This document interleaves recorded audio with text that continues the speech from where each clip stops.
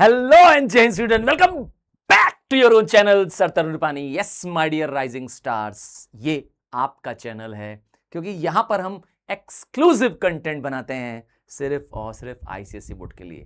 तो अगर आप मेरे चैनल में नए हैं तो प्लीज इसको सब्सक्राइब कर लीजिए और एक नोटिफिकेशन बटन होता है उसमें ऑल का बटन दबा दीजिए। क्यों? ताकि आपको सारे लेटेस्ट कंटेंट्स की पहली इंफॉर्मेशन मिल जाए। और आपको चाहिए इस चैप्टर्स के नोट्स, डिटेल्ड वीडियोस, सब कुछ आपके सारे मेजर सब्जेक्ट्स इसी एक चैनल पर अवेलेबल है। हाँ, मेरे सुपर स्टार बनने वाले हैं आप लोग। मौका है तो चौका मार दीजिए, अभी सब्सक्राइब कर दीजिए अगर सब्सक्राइब नहीं किया है। तो आज बारी है हिस्ट्री के चैप्टर दी वैदिक पीरियड के बारे में।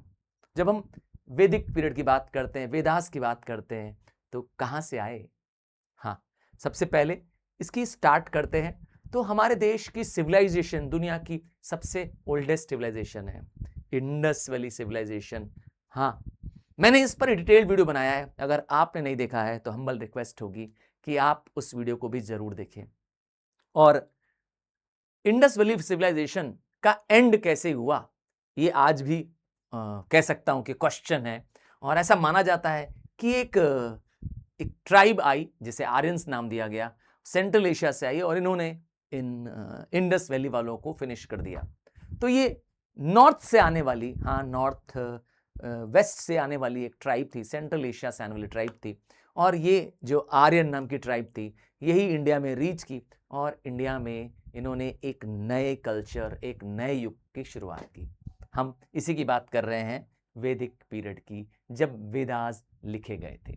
आइए डिटेल में समझेंगे, एक एक चीज समझेंगे और इसके बाद आपको वैदिक पीरियड का एक भी डाउट नहीं रहेगा, आई प्रॉमिस यू।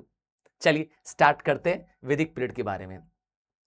तो कैसे पता चलता है इनके बारे में? तो मैंने कहा हमारे जो वेदास हैं वो कह सकते हैं हमारे ग्रंथ हैं जिनमें हमारे अर्ली नॉलेज सिस्टम के बारे में, हमारे किंगशिप्स के बारे में, हमारी सोसाइटी के बारे में पता चलता है।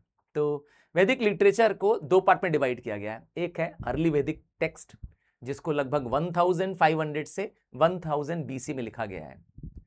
तो ये कैसे लिटरेचर्स हैं, ये कैसा टेक्स्ट है? तो मैंने कहा ये इंडिया में जो रहने वाले जो आर्यंस थे उनसे रिलेटेड टेक्स्ट है। किस तरह से वहां गुरु शिष्य परंपरा चलती थी, किस तरह से देश गवर्न हो रहा था, ये सब कुछ लिखा है इसमें। हाँ, ये प्रूफ है कि भारत ने बहुत पहले ही एक हाई लेवल ऑफ सोसाइटी में जीना सीख लिया था। ये भी अभी आपको डिटेल में पता चलेगा। तो अर्ली वैदिक पीरियड वो पीरियड जब ऋग्वेद लिखा गया। हाँ, आप कहेंगे वेदास कितने हैं, तो मैं कहूंगा 4 वेदास हैं, उनमें ऋग्वेद जो है वो पहला और सबसे बड़ा वेद है। अब इसी पीरियड को ऋग्वेदिक पीरियड को कहा गया अर्ली वैदिक पीरियड। इसके पीरियड के दौरान जो आर्यंस थे वो नदियों के तट, खास करके यमुना और गंगा नदियों के तट के तरफ रहते थे। धीरे धीरे जब ये गंगा और यमुना को पार करके और नॉर्थ से और साउथ आने लगे तो उस पीरियड का नाम आ गया लेटर वैदिक पीरियड, क्योंकि इसमें बाद वाले वेदास आए जिसमें यजुर्वेद, समवेद, अथर्ववेद आए। तो अर्ली वैदिक पीरियड शुरुआत के आर्यंस और लेटर वैदिक पीरियड जिसमें बाद के आर्यंस आए, ये लेटर वैदिक पीरियड नाम इसलिए रखा क्योंकि ये पीरियड का टाइम शेड्यूल 1000 से 500 बीसी में है। तो एक तरह से कहें टोटल 1000 साल का पीरियड है जब ये आर्यंस ने हमारे देश में रूल किया। और शायद मैं और आप, हाँ मैं तुमसे भी कह रहा हूं, तुम और मैं भी कहीं ना कहीं आर्यन बाय रेस हैं। हाँ, नॉर्थ इंडियंस में पता है हम लोग आर्यंस हैं, जबकि साउथ में आपको पता होना चाहिए हमारे भारत में साउथ में जो लोग हैं वो कौन है? वो द्रविड्स हैं। शायद आपने ध्यान दिया होगा ना, आर्यंस जो होते हैं वो फाइटर स्पिरिट वाले लोग थे। और आइए अब इनके बारे में डिटेल समझेंगे।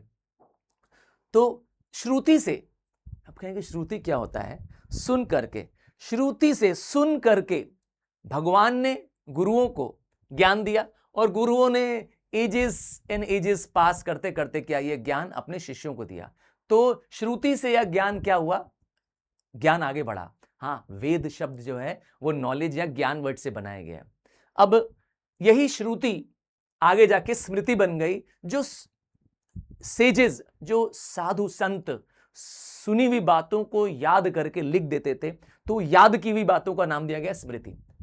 अब आते हैं वेदास के बारे में। थोड़ा इंपॉर्टेंट टॉपिक है, इसको मिस नहीं करना है, अच्छे से समझना है। सबसे पहले बात करते हैं ऋग्वेद के बारे में। Oldest religious text in the world है। कल्पना कर लीजिए 1500 BC। हाँ, जब इंसानों को इवन कपड़ा पहनने नहीं आता था, हाँ, सिविलाइजेशन नाम की कोई चीज ही नहीं हुआ करती, तब हमने इस धार्मिक ग्रंथ को लिखा। So proud to be an Indian, proud to be an Aryan. और खास बात क्या है, ये दुनिया का पहला टेस्टामेंट ऑफ मैनकाइंड है ना। जैसे आपको पता है बाइबल में ओल्ड टेस्टामेंट है, न्यू टेस्टामेंट है। अब कहेंगे सर टेस्टामेंट क्या होता है? जीवन जीने का सलीका, ठीक है। तो ये दुनिया का सबसे पहला टेस्टामेंट है, 10 मंडल्स हैं इसके अंदर। और अर्ली वैदिक पीरियड, मैंने कहा ना 1500 से 1000 पीरियड को अर्ली वैदिक पीरियड कहा गया। और ये आर्यंस, अर्ली आर्यंस हुआ करते थे। ये नॉलेज कहां से आई? तो मैंने कहा ना, ईश्वर ने यह नॉलेज, ज्ञान दिया सेजेस को, साधुओं को, संतों को, और उनसे जनरेशन बाय जनरेशन ट्रांसफर होती रही। बाद में इसको पेन डाउन कर दिया गया। तो वैदिक हाइम्स में क्या लिखा है? तो इसमें मंत्र लिखे हैं, जीवन जीने का तरीका बताया गया है। अब आता है सेकंड, ये अब यहां से जो शुरू होते हैं वेद, मतलब अब जो वेद आएंगे जितने भी, और उससे ब्रांचेस आएंगे, ये सब लेटर वैदिक पीरियड में लिखे गए हैं, 1000 BC से 1500 BC तक। तो समवेद, सम मतलब होता है सॉन्ग, तो स्वीट सॉन्ग, एस से सम, एस से सॉन्ग, तो इनको गाया जा सकता है। ये वो हाइम्स हैं जिसको गाया जाता है सेक्रीफाइस के दौरान। सर ये सेक्रीफाइस क्या होता है? हाँ, बलि देना। आपको पता होगा, बहुत पुरानी परंपरा है, देवी देवताओं के आगे लोग बलि दिया करते थे। हाँ, आजकल तो धीरे धीरे कम हो गया है, और इवन कुछ हद तक बंद भी हो गया है। पर ये बलि में क्या गाएंगे, ये सब इसमें लिखा है। हाँ, और आता है यजुर्वेद। यजुर से वाय, और वाय से यज्ञ। हाँ, यज्ञनाज इंग्लिश में बोल देते हैं, हिंदी वर्ड क्या है? यज्ञ।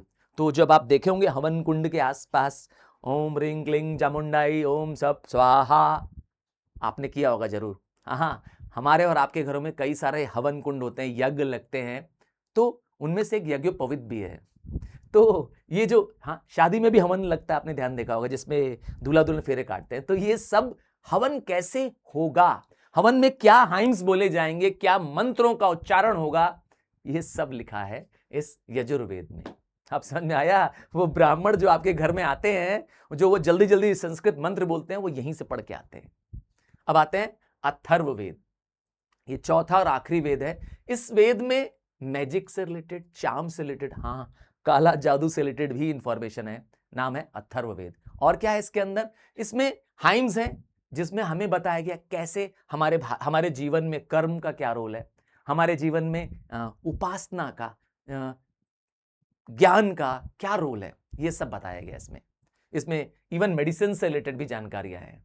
अब आते हैं ब्रांचेस ऑफ वेदास। तो वेद के ऊपर और डिटेल में कमेंट किया गया है, हम इसे कमेंट्रीज कहते हैं, और हिंदी वर्ड बोले तो व्याख्यान किया गया है, क्योंकि वेद टिपिकल लैंग्वेज में है, इसको सिंपल में डिस्क्राइब किया गया। हम इसको कहते हैं क्या? ब्रह्मनास कमेंट्रीज हैं, जिसमें वेद के गुणों के बारे में, वेद के इंपॉर्टेंस के बारे में बताया गया है। हाँ, ब्रह्मनास को अलग अलग, चारों वेदों के अलग अलग ब्रह्मनास हैं, मतलब ऋग, अथर्व, यजुर्व, सम, सबके अपने अपने ब्रह्मनास हैं, जिनमें उनका इंपॉर्टेंस बताया गया है। उसमें बताया गया है किस तरह से हमारे जीवन में रिचुअल्स का क्या इंपॉर्टेंट है, सेक्रीफाइसेस का क्या इंपॉर्टेंस है। अब इसके बाद क्या बने अर्यंकास। ये सब ब्रांचेस हैं, याद रखिएगा। अर्यंक मतलब ही होता है फॉरेस्ट। तो फॉरेस्ट से रिलेटेड, क्योंकि पहले जमाने में, हाँ, उस जमाने में जंगल हुआ करते थे, और जंगलों में साधु रहते थे। हाँ, वो जो ऋषि मुनि होते हैं ना, हाँ, वो वाले मुनि रहते थे, और वहां उनके शिष्य रहते थे। तो उनको भी जीवन जीने का सलीका, जंगल में क्या नियम होने चाहिए, ये सब उसमें बताया गया है। और ये ब्रह्मनास के एंड पार्ट है। इसमें मिस्टिसिज्म के बारे में, फिलॉसफी के बारे में, जिसे जीवन दर्शन के बारे में कहा गया है, में जानकारी है। अगला आता है उपनिषद्स। ओहो, आपने तो इसके नाम कई बार सुने होंगे। जैसा कि नाम लिखा है, उपदेश है इसके अंदर। हाँ, उपदेश है, ये भी कमेंट्रीज ऑन वेदास है, मतलब वेदास का फिलोसफिकल पार्ट है, ज्ञान और गुण का बात है। आपने कई बार सुना होगा कि लोग कहते हैं कि ये जीवन तो माया है और मोक्ष ही हमारा अंत है। सुना है कभी लाइन? कभी कभी बड़े ऐसे बात करते हैं ना कुछ ज्ञानी की, या कुछ ऋषि मुनि, या कुछ लोग कौन से चैनल आते हैं ना, आस्था चैनल, ऐसे बहुत से टीवी चैनल आते हैं, देखा होगा, दादा दादी बैठ के देख रहे होते हैं। हाँ, वो सब यही पढ़ रहे होते हैं, वो उपनिषद का ज्ञान दे रहे होते हैं, जिसमें कर्म, मोक्ष, माया, इन सब के बारे में बताते हैं। ये अलग बात है कि वो उसको फॉलो नहीं करते होंगे। अब उपनिषद हमारे इंडियन फिलॉसफी का एक बेसिक अंग है। मैं आप सब हमारे बड़ों से इनके बारे में सुनते रहते हैं। हाँ, तुम्हारे घरों में भी ऐसा होता रहता है। अब आते हैं वेदास से जुड़े कुछ और लिटरेचर है, जैसे वेदांगास। वेदांगास में वेदांगास बताते हैं वेद को कैसे पढ़ा जाता है, कैसे उनको गाया जाता है, उनका इंपॉर्टेंस बताया गया है, उसका प्रॉपर प्रोनाउंसिएशन क्या होगा, ये सब बताया गया है। फिर आते हैं सूत्र, ये 3 कैटेगरी में है। पहला है श्रोता सूत्र, जिसमें यज्ञ और सैक्रिफाइसेस के बारे में है। दूसरा है गृह सूत्र, जिसमें घर में होने वाली रिचुअल्स, हाँ, हमारे घर में, आपके घर में बहुत सारे पूजा पाठ होते हैं, उसके बारे में इसमें बताया गया है। और तीसरा है धर्म सूत्र, जिसमें बताया गया है किस तरह से हमें एक जीवन जीना है, हर कास्ट के लोगों के लिए, हर क्लास ऑफ लोगों के लिए, और हर स्टेजेस में। नेक्स्ट है उपवेदा, वेदास के सेकेंडरी या कहें सब्सिडरी पार्ट है। ये भी 4 है। आपने जरूर सुना होगा दवाओं के बारे में, जड़ी बूटियों के बारे में सुना है कि ये जड़ी बूटी ये काम आती है। अरे बहुत सारे आजकल प्रोडक्ट आ रहे हैं ना, हाँ, आयुर्वेदिक प्रोडक्ट आ रहे हैं, तो ये आयुर्वेदा के बारे में इसी में लिखा है। ये इंडियन सिस्टम ऑफ मेडिसिन है, जिससे हम पेड़ पौधों से ही क्या करते हैं, हाँ, पेड़ की पत्तियों से, जड़ों से, पेड़ के फल से, फूल से।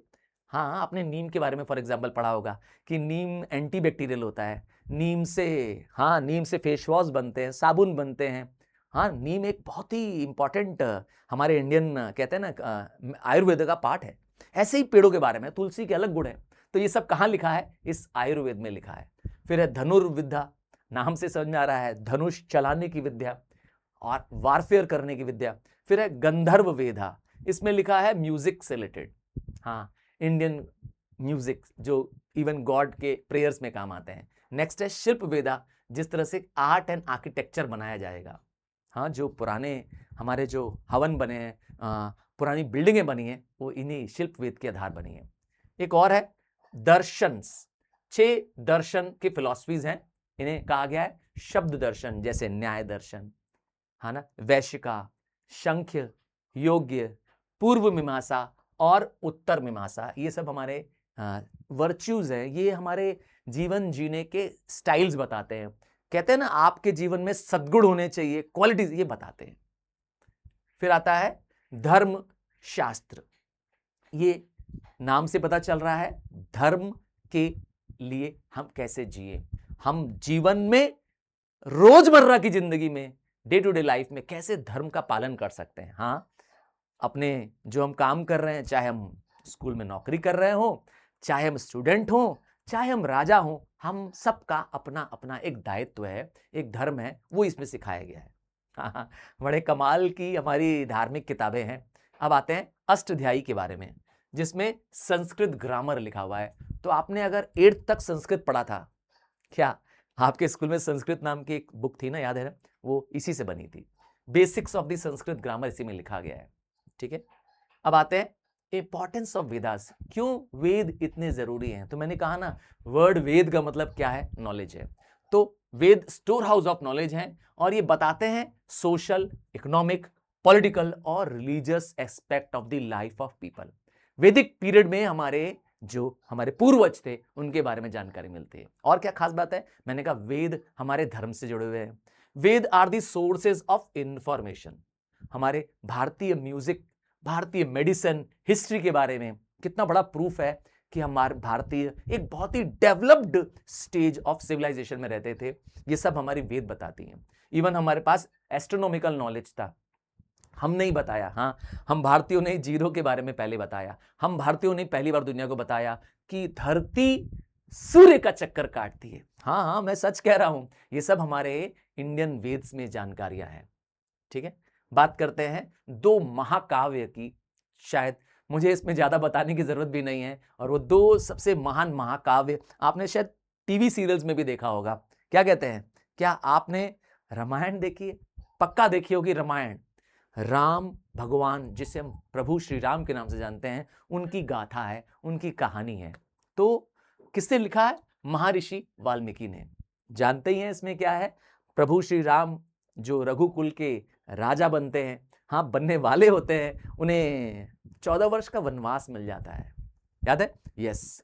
तो इसी दौरान, यस, इस वैदिक पीरियड के दौरान ही इस रामायण की रचना हुई, जिसका आज भी हम सब अनुसरण करते हैं। ये दूसरी एक महाग्रंथ है महाभारत। महाभारत युद्ध हाँ, जैसे ही आता है ना कि उनके पीछे महाभारत चल रही, तो लोग समझ जाते हैं लड़ाई चल रही है। महाभारत को लिखा था वेद व्यास जी ने, और महाभारत पांडवों और कौरवों के बारे में है, जिसमें 5 भाई पांडवों के नाम से जाने जाते हैं, 5 पांडव, और 100 भाई एक तरफ कौरव। हाँ, ये दोनों ही कजन्स हैं और आपस में इनकी लड़ाई है। जीत इन 5 पांडवों की होगी, क्योंकि इनके साथ भगवान श्री कृष्ण होंगे, और यही भगवान श्री कृष्ण अपने ही कहते हैं ना, अपने ही शिष्यों को, अपने ही कहते हैं पांडवों को उन्होंने ज्ञान दिया, और उस ज्ञान का नाम रखा गया भगवत गीता। हाँ, ये भगवत गीता युद्ध के दौरान दी गई भगवान श्री कृष्ण का उपदेश है, जब अर्जुन ने अपने ही गुरुओं को, अपने ही भाइयों को मारने से मना कर दिया था। याद है? हाँ, अगर आपने नहीं देखा है महाभारत, तो उसका शॉर्ट वर्जन करके भी देख सकते हैं, ऑनलाइन अवेलेबल है। हमारे भारतीय महाकाव्यों में इसका बहुत रचना है। तो क्या इंपॉर्टेंस है इन एपिक्स के बारे में? तो अगेन, ये एपिक्स हमारे उस एज के बारे में, हमारे उस पीरियड के बारे में बताते हैं कि क्या इंफॉर्मेशन थी, किस तरह की सोसाइटी थी, किस तरह की आर्मीज थी, किस तरह के लोग जीवन जीते थे, वेपन्स कैसे यूज होते थे, और तो और high ideals of the family life. जीवन में परिवार का क्या महत्व है, समाज का क्या महत्व है, उसके उद्देश्य क्या है, आदर्श क्या है, ये सिखाता था। हाँ, प्रभु श्री राम को देख करके लोगों ने मर्यादा पुरुषोत्तम नाम दिया, है ना? और पांडवों को देख करके ये बताया कि सच के साथ देना चाहिए, और सच के लिए अगर आपको किसी पे हथियार उठाना पड़े तो आपको उसमें चूकना नहीं चाहिए। तो ये आइडियल सिखाया हमें इन एपिक्स ने। ठीक है, बात करेंगे कुछ और आर्कियोलॉजिकल रिमेन्स में। तो आयरन एज में आयरन का इस्तेमाल हुआ, जबकि हम इससे पहले पढ़े थे, और हमने पढ़ा था इंडस वैली सिविलाइजेशन में, उस समय कॉपर का इस्तेमाल हो रहा था, बाद में उसको ब्रॉन्ज कर दिया गया। तो आयरन एक नया डेवलपमेंट था, क्योंकि आयरन इजीली अवेलेबल नहीं था। आयरन को धरती से निकाल करके उसको और क्या करना, पॉलिश करना था, स्ट्रांग बनाना था, ये सीखा था आर्यंस ने। आयरन ने इनका यूज किया एग्रीकल्चर में, क्योंकि एग्रीकल्चर में जो आयरन इक्विपमेंट्स होते हैं ज्यादा स्टर्डी होते हैं, स्ट्रांग होते हैं। आयरन ने आयरन्स का यूज किया वीविंग, स्पिनिंग, कारपेंट्री में, एंड लास्ट आयरन का यूज किया अपने वेपन्स बनाने में। इसीलिए तो मैंने कहा ना, आर्यंस एक वॉरफेयर ट्राइब थी, हाँ, एक वॉरियर ट्राइब थी। अब आते हैं कुछ खास बातें जो आर्यंस में ही पाई गई। ये आर्यंस जो थे, ये भी एक बहुत he developed, highly advanced civilisation थी। इनको मिट्टी के बने बर्तनों को पका करके उसमें आर्टिस्टिकली डिजाइन करना आ गया था। इसको जरा देखिए तो, हाँ, ये कहते हैं पेंटेड ग्रेवेयर्स, ये आज भी बनते हैं और बहुत खूबसूरत होते हैं। इनमें आर्यंस क्या करते थे आप पूछेंगे, तो मैंने कहा ये इनके रोज के बर्तन हैं। जैसे आज मैं और आप स्टेनलेस स्टील के बर्तन में खाना खा रहे हैं ना, तो उस समय आर्यंस इसका यूज करते थे खाना खाने, पानी पीने के लिए। अब आते हैं, बहुत इंपॉर्टेंट टॉपिक आ रहा है, आर्यंस की सोसाइटी के बारे में, सोशल ऑर्गेनाइजेशन के बारे में। तो आर्यंस 2 पीरियड में मैंने कहा डिवाइडेड है, पहला अर्ली वैदिक पीरियड और दूसरा लेटर वैदिक पीरियड। पहले हम बात करते हैं अर्ली वैदिक पीरियड की। तो इस पीरियड के दौरान आर्यन सोसाइटी के ज्यादातर लोग गांव में रहते थे, हाँ, लोग गांव में रहते थे, और गांव में जो फैमिलीज होती थी वो फंडामेंटल यूनिट थी। मतलब बेसिक यूनिट क्या है, फैमिली, और एक गांव में कई सारी फैमिली रहती थी। गांव में पुरुष प्रधान था, मतलब हम इसे कहते हैं पेट्रियार्चल सोसाइटी। सर, इसका मतलब इसका मतलब होता है कि समाज में पुरुषों को ज्यादा महत्व दिया जाता था और जो घर का सबसे बड़ा बुजुर्ग होता था वह परिवार का मुखिया होता था। हम उसे गृहपति या कुलपति बोलते थे। हाँ, तुम्हारे घर में जो तुम्हारे दादा हैं, है ना, वो पूरे घर को चला रहे हैं, सारे लोग उनकी सुनते हैं। हाँ, पुरुष मेंबरों के नाम से है क्या, ये पैट्रियार्चल सोसाइटी। तो उन्हें कुलपति या गृहपति, और अगर मान लीजिए किसी वजह से गृहपति की डेथ हो गई है तो अगला जो एल्डेस्ट मेल व्यक्ति होगा या सन होगा वो बन जाएगा गृहपति। महिलाओं को कम रोल दिया गया था शुरुआत में। अब सोसाइटीज, मतलब मैंने कहा फैमिलीज कहां रहती थी, गांव में रहती थी, तो इसका मतलब है एक गांव में कई सारी फैमिलीज रहती थी और इन गांव का हेड जो होता था, हाँ जरा इसको देखिए ध्यान से, गांव का जो हेड होता था जिसे हम कहते हैं ग्रामीणी। ग्रामीणी मतलब गांव का मुखिया, गांव का प्रधान। समझ में आ रहा है? अब कई सारे गांव मिल जाते थे तो बन जाता था विश। गांव से बड़ा क्या होता था, विश। और विश का जो मुखिया होता था अर्थात विश का जो हेड होता था उसे कहते थे विशपति। अब कई सारे विश बन गए तो बन गया जना। हाँ, कई सारे विश बन गए तो बन गए जना, और जना का जो हेड होता था उसे कहते थे राजन। जना का हेड राजन, समझ में आया? और राजन मतलब किंग। तो इस तरह से राजा का सिस्टम डेवलप हुआ। गांव, पहले परिवार से बने गांव, क्या पहले परिवार सबसे छोटा यूनिट, परिवार से बने गांव से बना विश, और विश से बना जन, और जन का हेड राजन। अब राजा जो अर्ली वैदिक पीरियड में होते थे वो अपने मन से नहीं कुछ भी फैसला लेते थे कि इसको मार दो, इसको ना ना ना ना। राजा के पास अपनी एक टीम होती थी, एक मिनिस्टर्स की टीम होती थी। उनमें 3 इंपॉर्टेंट मिनिस्टर्स होते थे। पहला तो ग्रामीणी है, जैसे मैंने कहा गांव का हेड होता था, मुखिया होता था। दूसरा पुरोहित, और तीसरा सेनानी। हाँ, सबसे पहले बात करते हैं सेनानी की। नाम से पता चल रहा है, सेना का कमांडर, राजा की जो सेना होगी उसका जो अध्यक्ष होगा। दूसरा होता था पुरोहित मतलब पंडित। हाँ, राजा को जो रिलीजियस सेरेमनीज करानी होगी, हवन यज्ञ कराना होगा, उसको कराने के लिए एक स्पेशल पंडित होता था। और तीसरा मैंने बताया ग्रामीणी, जो गांव की देखभाल करता है, एडमिनिस्ट्रेशन ऑफ द विलेज करता है। हाँ, गांव का प्रधान। राजा के पास अपनी खुद की एक रेगुलर या स्टैंडिंग आर्मी नहीं होती थी। ऐसा नहीं है कि राजा के पास हर वक्त सेना तैयार खड़ी है, नहीं। हाँ, युद्ध आएगा तो राजा अपने ही लोगों को बोलेगा कि आ जाइए, आपको अब सेना के रूप में काम करना है। मतलब वही किसान, वही लोहार, वही जो काम कर रहे हैं गांव में लोग, उनको क्या करेगा, अपना सैनिक बना देगा। ठीक है। अब पोजीशन ऑफ द किंग बहुत इंपॉर्टेंट टॉपिक है, तो ध्यान से समझिएगा। तो 2 पीरियड में मैंने कहा ना, वैदिक पीरियड है। पहला अर्ली वैदिक की बात करते हैं। शुरुआत में जब अर्ली वैदिक पीरियड था, जिस समय ऋग्वेदा लिखा गया था, उस समय राजाओं को इलेक्ट किया जाता था। कैसे? जो ट्राइब के मेंबर होते थे, जन में जो रहते थे, वो मिलकर के अपने राजा को चुनते थे। राजा जरूरी नहीं है बहुत पावरफुल आदमी हो, ठीक है ना, बट राजा चुना हुआ व्यक्ति होता था, इलेक्टेड व्यक्ति होता था। ऋग्वेदिक पीरियड में स्टार्टिंग में 3 असेंबलीज बनाई गई जो राजाओं को गाइड करती थी। मतलब राजा इन असेंबलीज का, इन गैदरिंग्स का सुनता था। उनमें सबसे पहली आती है सभा में सारे एल्डर्स होते थे। ये ज्यादातर एडवाइजरी या जुडिशियल फंक्शन के लिए, किसी न्याय के लिए देने के लिए जमा होती थी। राजा इनकी सुनता था और इसके अकॉर्डिंग फैसले सुनाता था। इसके ऊपर आती थी समिति में सारे लोग, सब बस ये हमेशा नहीं होती थी, इनकी मीटिंग्स कम होती थी क्योंकि सबको एक साथ एकत्रित करना मुश्किल काम था। फिर आती थी एक और समिति, एक और ग्रुप जिसे कहते हैं मीटिंग, जिसे कहते हैं विधाता। हाँ, विधाता वैदिक एज में शुरू की गई सबसे पुरानी एक असेंबली का नाम है। सबसे पहले इसी की शुरुआत हुई थी। ये बहुत सारे काम करती है, अनेकों काम करती है। जैसे मिलिट्री में एडवाइस देने के लिए, इकोनॉमिक, जैसे टैक्स लगाना है नहीं लगाना है, समाज से जुड़ी कोई घटना घट गई हो, धर्म से जुड़ी कोई घटना घटी हो, ये बहुत ही कहते हैं ना, बहुत ही कॉमनली प्रैक्टिस्ड ये गैदरिंग होती थी, नाम था विधाता। इवन इसमें औरतें भी पार्टिसिपेट करती थी। तो ये तो हो गया अर्ली वैदिक पीरियड में राजा और उसका पावर के बारे में। अब आते हैं लेटर वैदिक पीरियड की बात करते हैं। जब मैंने कहा ना 1000 से 500 बीसी के बीच में, लेटर वैदिक पीरियड में यही जो राजा जिससे चुना गया था, जिसे इलेक्शन हुआ था, यही राजा अब हेरेडी बन जाएगा।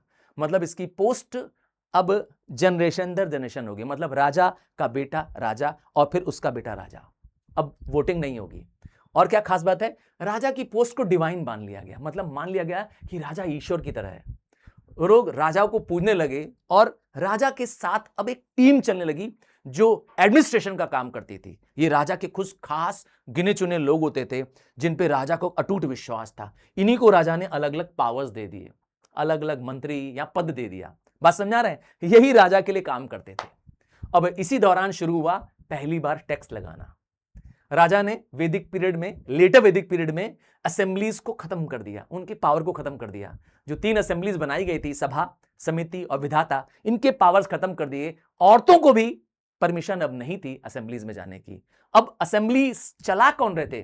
तो मैंने कहा सभा और समिति हुआ करती थी जिसमें राजा के खुद के चुने हुए अपने नोबल्स या मंत्री या परिवार के सदस्य क्या करते थे, इनको नॉमिनेट कर रहे थे।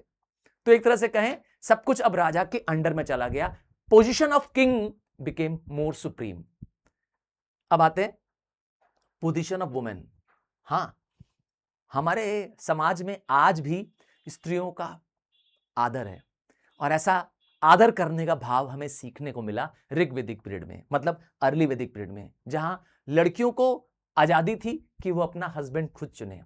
आपने सुना होगा माता सीता का स्वयंवर हुआ था, है ना? मां सीता ने खुद चुना था अपना वर प्रभु श्री राम को। पता है आपको? तो लड़कियों को उस जमाने में छूट थी अपने हस्बैंड को चूज करने की। मैरिज की एज 16 से 17 ईयर हुआ करती थी। अगर कोई औरत विधवा हो भी जाती थी तो उसे पुनर्विवाह करने की छूट थी। हां, विधवाओं के साथ अत्याचार अन्याय नहीं होता था और चाइल्ड मैरिजेस तो नहीं होती थी ना। कम उम्र में ही, कम उम्र में ही बच्चों की शादी कर देना यह नहीं अलाउड था। बाद में लेटर वैदिक पीरियड जब आने लगेगा, तब ये सारे सिस्टम गड़बड़ हो जाएंगे। क्या क्या गड़बड़ होगा? स्टेटस ऑफ वुमेन्स डिक्लाइन हो जाएगी। औरतों को प्रॉपर्टी में अधिकार नहीं मिलेगा। और तो और अब औरतों को यज्ञ में बैठने की भी जरूरत नहीं है। पहले तो माना जाता था कि जब तक पति पत्नी साथ नहीं होंगे यज्ञ अधूरा होगा। अर्ली वैदिक पीरियड में तो ऐसा चलता था, पर बाद में औरतों की स्थिति, औरतों के मान सम्मान में बहुत कमी आ गई। औरतों को इतना इंपॉर्टेंस नहीं दिया गया। और मैंने कहा ना, जैसे समय बदला तो बुराइयां और भी आने लगी। बात करेंगे अब कास्ट की या क्लास की। तो समाज में ऋग्वैदिक पीरियड, जो अर्ली वैदिक पीरियड है, इसमें इनइक्वालिटीज धीरे धीरे आने लगी, सोसाइटीज बंटने लगी। क्योंकि जो जिस तरह का काम कर रहा है, मान लीजिए कोई युद्ध लड़ता है, कोई पूजा पाठ करता है, कोई खेती करता है, तो लोगों के कामों के हिसाब से, उनके प्रोफेशन के हिसाब से क्या कर दिया गया, उनका क्लास बढ़ गया। मतलब आप जो काम कर रहे हैं उससे आपका कास्ट डिसाइड होगा। और अर्ली वैदिक पीरियड में लोगों की छूट थी, लोगों को आजादी थी, वो जिस भी प्रोफेशन को चाहे अडॉप्ट कर सकते हैं। मतलब आप एक प्रोफेशन से, अर्थात एक कास्ट से दूसरे कास्ट जा सकते हैं। मान लीजिए कि आपको अच्छा ज्ञान है वेदों का, तो आप ब्राह्मण बन जाएंगे। आपको अच्छा ज्ञान है युद्ध लड़ने का, तो आप क्षत्रिय बन जाएंगे। और आप अगर बिजनेस करना चाहते हैं, आप खेती बाड़ी करना चाहते हैं, तो आप वैश्य बन सकते हैं। क्योंकि वैश्य वो लोग हैं जो बिजनेस कर रहे हैं या इंडस्ट्री चला रहे हैं या खेती बाड़ी कर रहे हैं, तो आप वैश्य बन सकते हैं। और लास्ट है शूद्र। चौथा कास्ट था शूद्र। शूद्र वो लोग हैं जो पहले तीनों को सर्विस दे रहे हैं। ये सबसे लोअर कास्ट माना गया, सबसे नीचे लेडर ऑफ द कास्ट माना गया। तो इनमें आपस में इंटरमिक्सिंग अलाउड थी। अर्ली वैदिक पीरियड में ये मिक्स कर सकते थे, पर यही कास्ट सिस्टम, यही 4 कास्ट आगे जाकर रिजिड हो गई लेटर वैदिक पीरियड में। बाद वाले वैदिक पीरियड में ब्राह्मण और क्षत्रियों को ज्यादा पावर दे दिया गया। उनके पास बहुत सारी छूट हो गई, जैसे टैक्स कम भरना था उन लोगों को, और कई तरह के उनको बेनिफिट्स मिल लगे। जबकि दूसरी कास्ट को, मतलब औरों को क्या होने लगा, औरों का इतना एडवांटेज नहीं मिला। मतलब 3 कास्ट जो थी, जो ऊपर की 3 कास्ट थी, उनको ज्यादा एक तरह से प्रिविलेज मिला। और ऊपर की 3 कास्ट मतलब ब्राह्मण, क्षत्रिय और वैश्य, इनको तो उपनयन करने का अधिकार था। उपनयन क्या होता है? उपनयन मतलब होता है जिसे हम कहते हैं यज्ञोपवीत करना, या हम लोग से कहते हैं ना वो जिसमें थ्रेड पहनते हैं, आपके यहाँ क्या बोलते हैं उसको? यज्ञोपवीत कहते हैं ना, या जनेऊ बोलते हैं शायद, है ना? तो जनेऊ संस्कार पहली 3 कास्ट को अलाउड था। शूद्र उसको अलाउड नहीं था, और तो और धीरे धीरे शूद्र को समाज से कट दिया गया। इंटरकास्ट मैरिज धीरे धीरे मुश्किल हो गई और कास्ट सिस्टम रिजिड हो गया। अब आप कास्ट नहीं बदल सकते, जबकि ये सब अलाउड था अर्ली वैदिक पीरियड में। तो एक तरह से कहें, समाज में एक तरह से भेदभाव उत्पन्न हो गया, समाज में बंटवारा आ गया, और ये बंटवारा अब एक रिजिड बंटवारा बन गया। ये बुराई आ गई लेटर वैदिक पीरियड में। अब आते हैं आर्यंस के लाइफ के 4 आश्रम्स के बारे में। ऐसा माना जाता है कि एक आर्यन का जीवन 100 साल का है। कितने? 100 साल का जीवन है, ये अज्यूम्ड फिगर है, एग्जैक्ट नहीं है। और 25-25 साल के 4 आश्रम हैं उनके जीवन में। हाँ, 25-25 साल के 4 आश्रम। पहला आश्रम जो है वो है ब्रह्मचर्य आश्रम। जैसा कि नाम लिखा है, ब्रह्मचर्य में जो एक आर्यन बच्चा है वो अपने गुरु के पास जाएगा। कहां पर? गुरुकुल में। हाँ, गुरु के परिवार के साथ रहेगा, वहां उनसे शिक्षा दीक्षा लेगा, 25 साल तक ज्ञान अर्जन करेगा। उसके बाद वह अपने परिवार में वापस लौटेगा। वहां पर के उसको क्या करना है? वहां उसकी शादी होने वाली है, वहां उसको बच्चे पालने, परिवार संभालना है, जिम्मेदारी लेनी है, गृहस्थी संभालनी है, गृहस्थ आश्रम। तो 50 साल तक गृहस्थ आश्रम। फिर अगला 3rd स्टेज वो है वनप्रस्थ आश्रम। अब वह अपने परिवार को छोड़ करके वन मतलब तो जंगल में चला जाएगा। क्या करने? स्पिरिचुअल ज्ञान लेने। हाँ, आध्यात्मिक ज्ञान लेने, फिलोसफिकल ज्ञान लेने वह जंगलों में भटकेगा। वहां पर वह इस जीवन की, वर्ल्ड की मोह माया से मुक्त हो जाएगा। और 75 उम्र के बाद चौथा और आखिरी आश्रम होगा संन्यास आश्रम। मतलब वह अब सब कुछ त्याग देगा, उसे कुछ नहीं चाहिए, उसे बस अब चाहिए तो ईश्वर के पास जाना है, मोक्ष। तो इस तरह से आर्यंस की जो लाइफ थी वो 4 पार्ट्स में डिवाइडेड थी। अब किस तरह से एजुकेशन चलता था आइए देखें। हमको गर्व होना चाहिए, हम भारतीयों को, कि हमारे भारत में ये गुरु शिष्य परंपरा जो आपने सुनी होगी कई बार, हाँ इसके बारे में पढ़ा भी होगा, वो जो आज हम मॉडर्न स्कूल देख रहे हैं ये अब अंग्रेजों की देन है ना। लॉर्ड मैकॉले नाम के एक ब्रिटिश जनरल की देन है। बट उससे पहले भारत में हजारों सालों से गुरु शिष्य परंपरा चल रही थी। क्या खास बात थी? देखिए जरा, इसको ध्यान से देखिए। तो गुरु के घर में बच्चों को भेज दिया जाता था, हम इसे कहते थे गुरुकुल। हाँ, तो गुरुकुल क्या है? गुरुकुल वो जगह है जो शहर के बाहर होती थी, जंगलों में जगह हुआ करती थी। यहां बच्चे शहर से दूर, अपने माँ बाप से दूर, गुरु के आश्रम में रहते थे। गुरुकुल शब्द का मतलब ही है गुरु का परिवार, गुरु एंड कुल, कुल मतलब फैमिली। तो वहां स्टूडेंट्स रहते थे, वहां गुरु उन्हें अपने बच्चों की तरह पालते थे। एक गुरु अपने बच्चों की तरह इन बालकों को सिखाता था। क्या होता था, क्या सिखाता था? ज्यादातर जो टीचिंग्स होती थी वो ओरल टीचिंग्स होती थी, क्योंकि रिटर्न वर्क कम हुआ करता था उस जमाने में। और क्या खास बात थी?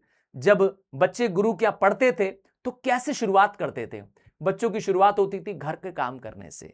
गुरु उन्हें अपने घर का सारा काम सिखाता था। हाँ, गुरु के घर की साफ सफाई से लेकर के हर एक काम, हाँ, वो बच्चे करते थे। और क्या सीखते थे?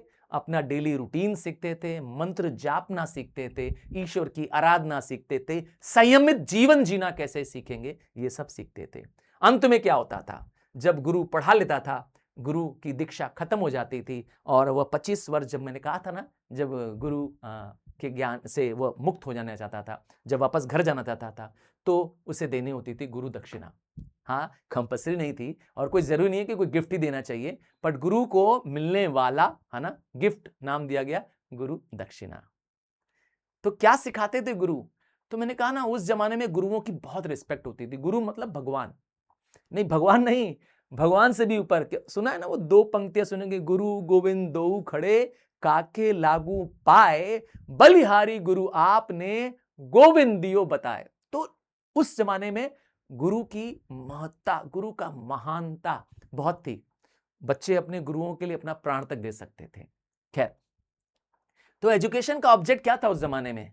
फिजिकल नॉलेज लेना, मेंटल एंड स्पिरिचुअल डेवलपमेंट करना। हाँ, उस समय क्योंकि इतना कह सकते हैं इतनी सोसाइटी एडवांस भी नहीं थी और इतना ज्यादा हाई तौबा नहीं थी, लोगों की जरूरतें बहुत कम थी, तो इसीलिए इतना ही ज्ञान काफी था। और क्या खास होती थी? गुरु क्या पढ़ाते थे? वेद पढ़ाते थे गुरु। हाँ, जब बच्चे जाते थे गुरुओं के पास तो गुरु उनके वेद का ज्ञान, पुराणों का ज्ञान, ग्रामर का ज्ञान, मैथ्स, हाँ मैथ्स भी होती थी उस जमाने में, मैथ्स, एथिक, लॉजिक, और इवन कैसे अपने देश की सेनाओं को संभालना है, मिलिट्री साइंस। दो महान वुमेन टीचर्स के बारे में भी जिक्र है इसमें, एक मैत्रेयी और गार्गी। ये दो महान मैथमेटिशियंस थी उस जमाने की, गिफ्टेड टीचर्स थी, वुमेन टीचर्स थी। तो कैसे लोग जीते थे, क्या करते थे, क्या खाते थे, ये जानना चाहते हैं, थोड़ा सा बता देते हैं। और हाँ, बार्ली उनका मेन क्रॉप था। राइस उस जमाने में लोगों को पता ही नहीं था।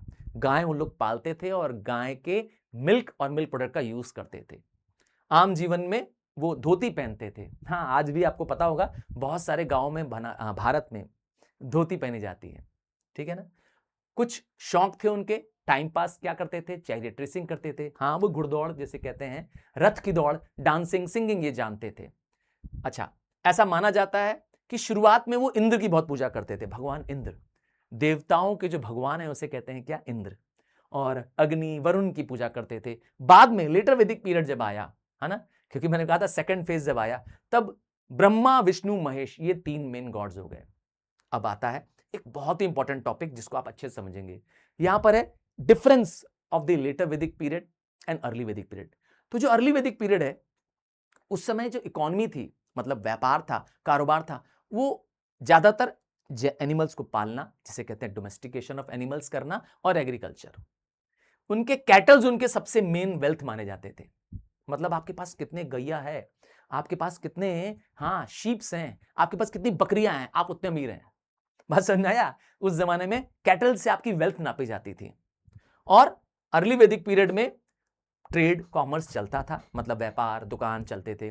कुछ और कारोबार थे, जैसे कपड़ों को रंग करना, एम्ब्रॉयडरी करना, कारपेंट्री, वीविंग करना, पॉट बनाना। मैंने आप बताया था पेंटेड, हाँ, पेंटेड ग्रेवेयर नाम के पॉट्स बनते थे।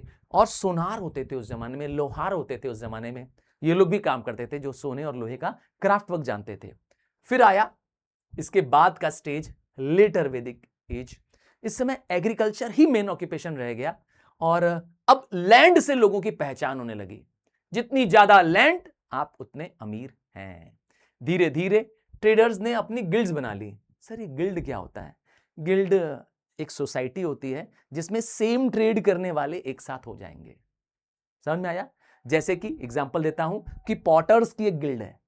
इसमें सारे मेंबर्स कौन होंगे? जो पॉट बनाते हैं।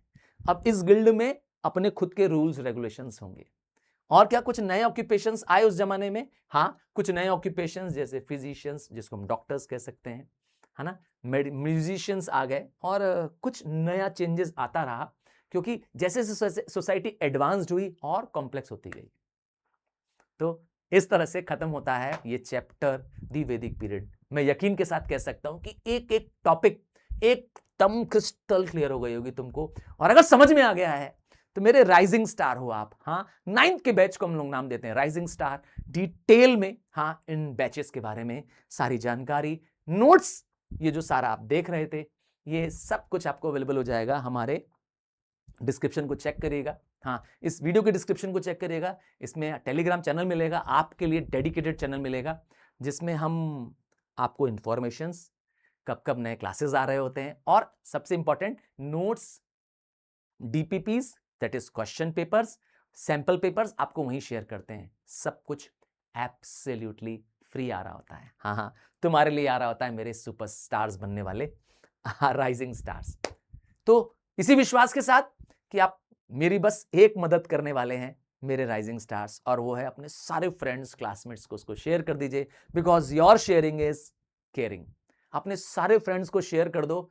मैं यकीन के साथ कह सकता हूं, you will never ever regret. तो बाय फ्रॉम नाउ। अगले लेसन के लिए मैं और कंटेंट ला रहा हूं आपके लिए।